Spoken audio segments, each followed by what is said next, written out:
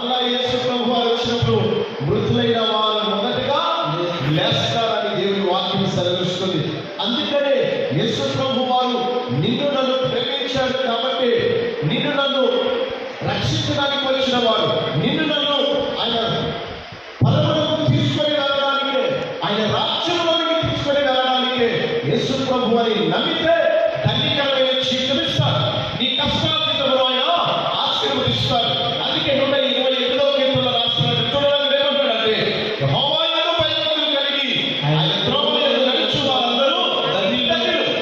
తర్వాత అన్నాడు, నిశ్చయముగా నీవు చేతుల కష్టార్జితమును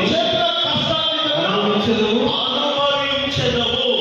అంటే నీ కష్టార్జితాన్ని నీవు చక్కగా నీ జీవితాన్ని కట్టుకునే కట్టుగా దేవుడు మార్చగలుగుతాడు. అక్కడ 127వ కీర్తన ఏమంటుంది, నీ కష్టార్జితము తిరుచుకుంట అది వ్యర్థము అన్నాడు. అందుకనే ఏమన్నాడు, నీ కష్టార్జితమును సమృద్ధిగా దాన్ని ఆశీర్వదిస్తాను అని అన్నాడు.